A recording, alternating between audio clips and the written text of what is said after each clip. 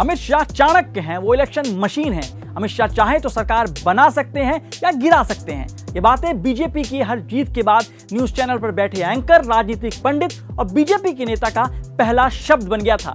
लेकिन राजस्थान, मध्य प्रदेश और छत्तीसगढ़ में बीजेपी की हार पूछ रही है, जनाब ऐसे कैसे? आपने बीजेपी के अध्यक्ष के तौर पर 4 साल के अंदर 14 राज्यों में अपनी पार्टी को फर्श से अर्श तक पहुंचा दिया। देश की सबसे पुरानी पार्टी को हाशिए पर लाकर खड़ा कर दिया। तो चर्चा तो आपके हार की भी होगी ना। अगले 50 साल तक भारत पर राज करने की बात करने वाले अमित शाह 5 राज्यों में न कमाल कर सके और ना ही कमल खिला सके। अब आप कहेंगे कि एक हार से अमित शाह का मैजिक फेल हो गया है, ऐसा कहना सही नहीं है। या फिर यह कहा जाएगा कि इन राज्यों में एंटी इनकम्बेंसी थी, राजस्थान में तो हर 5 साल में सरकार बदलती है, वगैरह वगैरह। लेकिन चलिए आपको आंकड़ों के जरिए बताते हैं कि चुनावी जिताऊ मशीन में जंग कब कब और कहां कहां लगी है।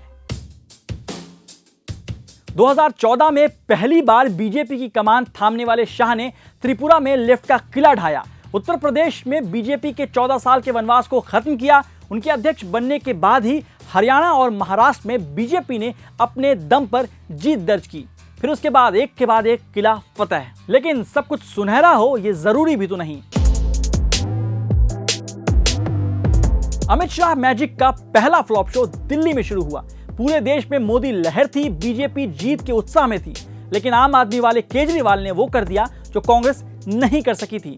दिल्ली में 70 सीटों में बीजेपी सिर्फ 3 सीटों पर सिमट गई। ये अमित शाह के लिए बड़ी हार थी। लेकिन एक और हार होनी थी, वो हार हुई बिहार में। 2015 में बिहार में भी चुनाव हुए। लालू नीतीश के महागठबंधन के दांव के आगे बीजेपी 53 सीटों पर सिमट गई, जबकि 2010 में बीजेपी को 91 सीट मिले थे। महागठबंधन की जीत पर पाकिस्तान में पटाखे फूटेंगे वाला बयान भी शाह के काम ना आया।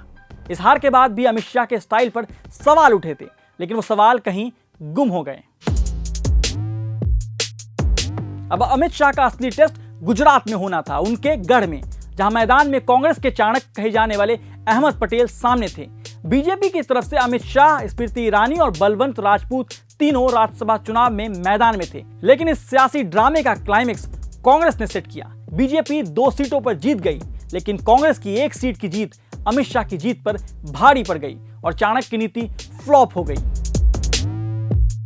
ठीक इसके बाद गुजरात विधानसभा चुनाव हुए। बीजेपी मोदी लहर पर सवार थी, लेकिन यहां भी कांग्रेस उस लहर में जहर का काम करने में लगी थी।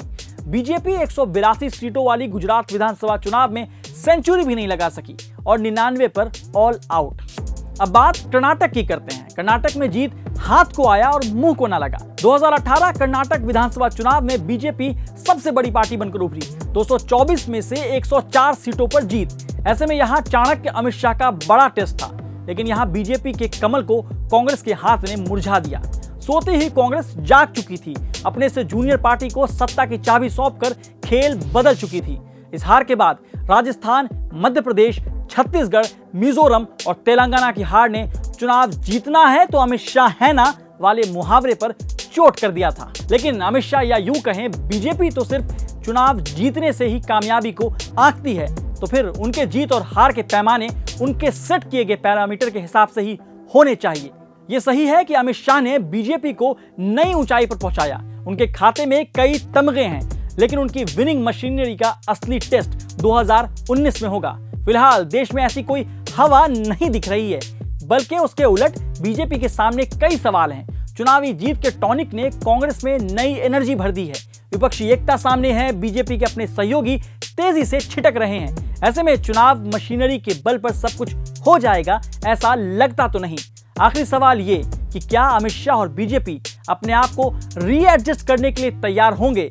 अगर नहीं तो हम फिर पूछेंगे, जनाब ऐसे कैसे?